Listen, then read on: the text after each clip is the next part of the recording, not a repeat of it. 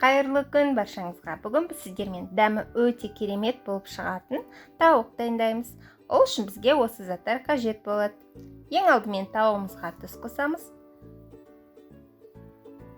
Жақсылап осылай ысқылаймыз. Жарты шай қасық қара бұрыш қосамыз. 1 шай қасық куркума қосамыз.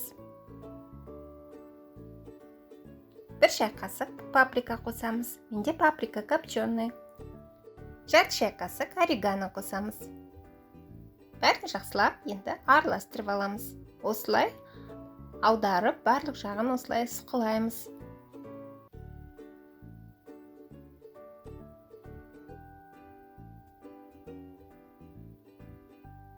4-5 тіс сарымсағымызды ашып, ұсақтап турап қосамыз.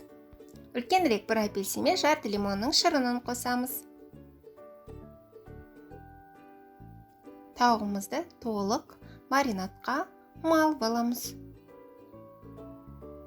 Маринадымыздан ішіне де құямыз. Сол кезде тауығымыз өте дәмді болып шығады. Ендігі кезекте тауығымызды осындай зубочисткалармен тескілейміз. Арнайы тесетін зат болса, сонымен тессеңіздер болады. Болмаса, шанышқымен де тессеңіздер болады. Осылай тесіп, маринадқа сіңдірсеңіздер, маринад өте жақсы болып сіңеді, тауықтарыңыз дәмді болып шығады.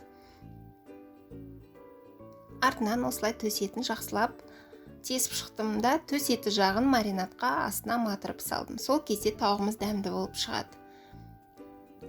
Осылай 4 сағатқа қойып қоямыз.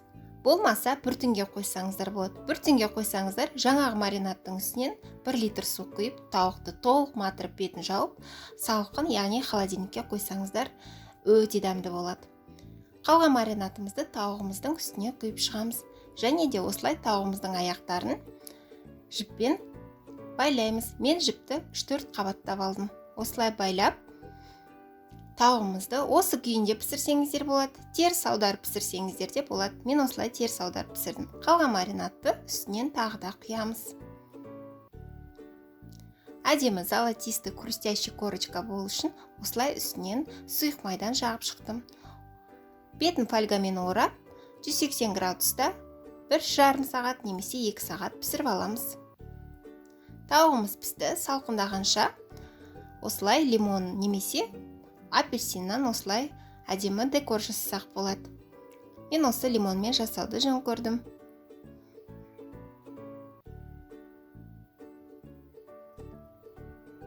Кішкене без косточки маслины пайдалансаңыздар да болады. Осылай жан-жағына салсаңыздар әдемі көрінеді.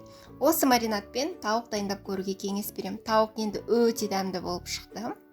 Мен осылай құйрық жағын кесіп алып тастадым. Сіздер дастарханға қойғанда кеспесеңіздер болады. Менің балаларым құйрығы бар тауықты жемейді. Өте дәмді, өте әдемі ас болсын.